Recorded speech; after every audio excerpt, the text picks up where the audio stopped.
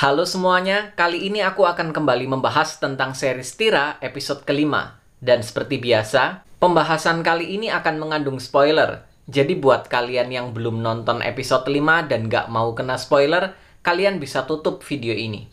Anak hilang dimakan naga. Yes, hal ini memang sengaja nggak aku bahas di video sebelumnya, karena aku sendiri juga masih belum yakin ini arahnya mau kemana dan aku harus berteori macam apa. Sejauh ini, Ben bisa tahu banyak tentang ritual naga Tira karena dia baca artikel dari sebuah blog. Blog ini ditulis oleh seseorang yang bernama Brian B. Hermanto. Kita masih belum tahu siapa dia, bahkan kita nggak tahu apakah itu nama aslinya atau bukan. Blognya ini ngeri banget. Bisa menceritakan tentang ritual naga dengan sangat detail, tapi anehnya, kita nggak lihat Angkasa, Deo, ataupun Inglan panik soal ini. Padahal kan ini rahasia mereka lagi dibongkar, tapi mereka nggak peduli. Kemungkinan ya karena mayoritas orang menganggap blog ini sebagai blog misteri yang biasa posting cerita-cerita tahayul. Kita sering lihat kan ada banyak banget blog-blog seperti itu. Nah, di episode 5, Ben meninggalkan komentar di blog itu. Dia nulis, "Halo, perkenalkan saya Ben. 9 tahun yang lalu ayah saya menjadi korban ritual naga Tira. Tolong hubungi saya di nomor 08." Dengan nekatnya, dia meninggalkan nomor handphone di blog itu. Padahal ada kemungkinan juga kalau blog itu dibuat oleh angkasa. Siapa tahu tujuannya itu untuk memancing dan menghabisi orang-orang yang tahu tentang ritual naga Tira. Bisa jadi kan? Tapi untungnya enggak.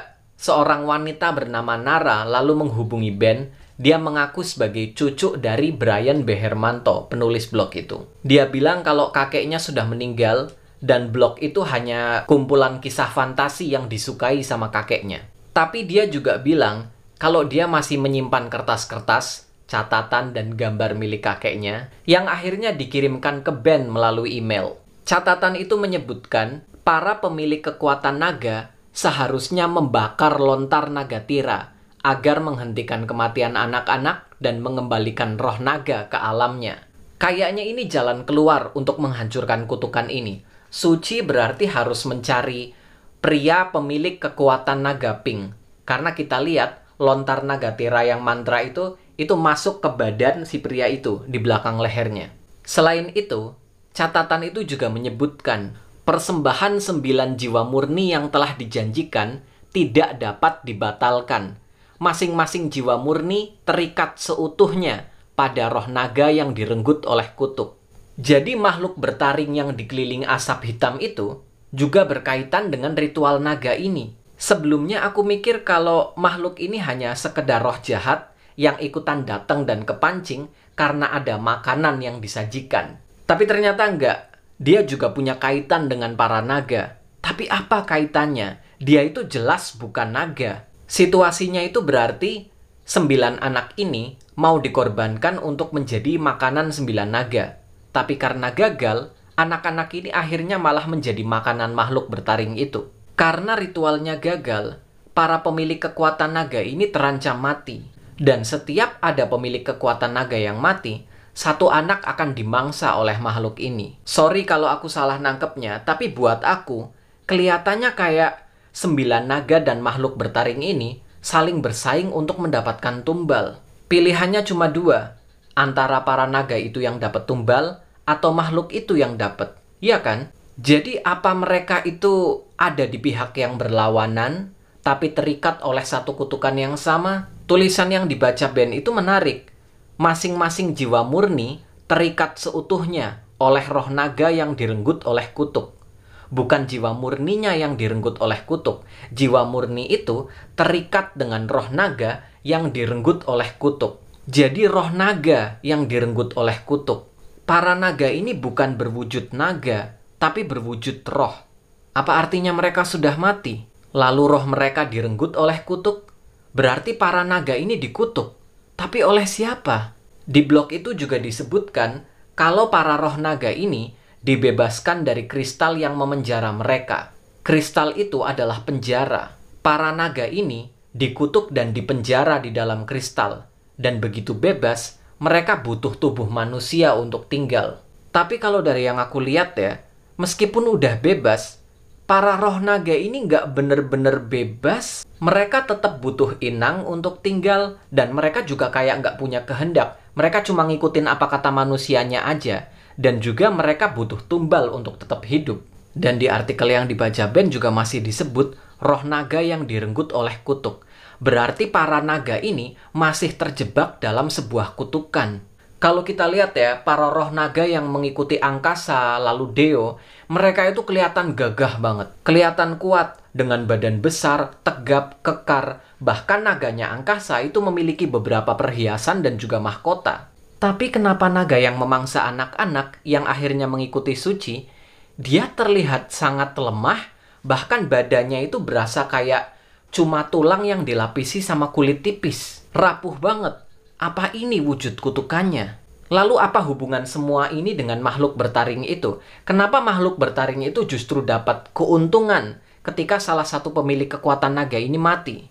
Jujur ya, dari awal aku agak sedikit terganggu dengan sosok ini. Kenapa wujudnya mirip seperti tengkorak manusia? Cuma ditambah taring aja. Nggak mirip monster, nggak mirip naga, itu tengkorak manusia. Apa dia dulunya manusia? Aku sebenarnya sih punya teori ya, cuman aku sendiri juga masih nggak yakin. Aku cukup yakin banget kalau teoriku ini bakalan salah sebenarnya. Gimana kalau pada zaman dahulu kala, entah tahun berapa, 9 naga ini masih berwujud satu naga, namanya adalah Nagatira. Dan makhluk bertaring ini, dulunya adalah manusia yang menjadi inang bagi Nagatira.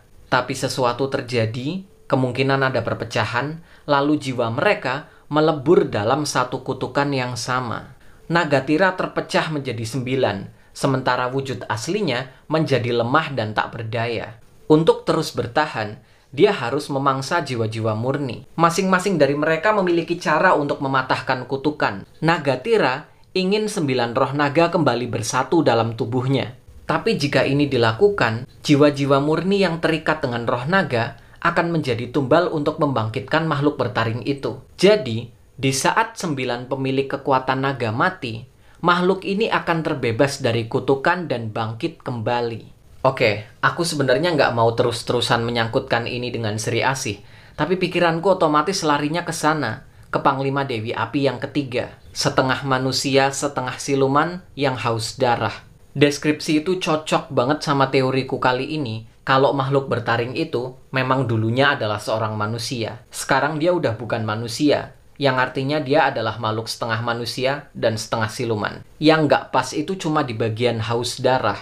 Karena ya makhluk ini memang memakan anak-anak sebagai tumbal ya, cuman nggak ada urusan darah-darahan di situ. Tapi teori Panglima ini juga pas dengan keberadaan cincin Godam yang menyegel kertas mantra itu. Karena Godam adalah bagian dari 9 kesatria Dewi Asih yang ditugaskan untuk melawan 5 Panglima Dewi Api. Jadi masuk akal kalau seandainya kesatria Godam adalah orang yang menyegel para naga ini dan juga makhluk bertaring itu di masa lalu. Makanya cincinnya itu ada di situ untuk menyegel kertas mantra itu. Seperti yang aku bilang tadi, teoriku ini lemah banget, bahkan aku sendiri juga nggak yakin sama teoriku kali ini. Tapi kalau teori ini benar, tebakanku, Haikal yang akan menjadi wadah bagi makhluk ini. Karena kalau kita lihat di intro seriesnya Tira, refleksi Haikal yang ada di cermin terlihat cukup mengerikan, bukan seperti manusia. Jadi otomatis ada apa-apanya di situ. Kalau menurut kalian gimana? Apa kalian punya teori terkait masalah ini? Kira-kira makhluk bertaring itu siapa? Dan ada kaitan apa dia dengan para naga ini? Video kali ini cukup sampai di sini dulu. Terima kasih banyak buat kalian yang udah nonton. Sampai jumpa di video-videoku yang berikutnya. Bye-bye.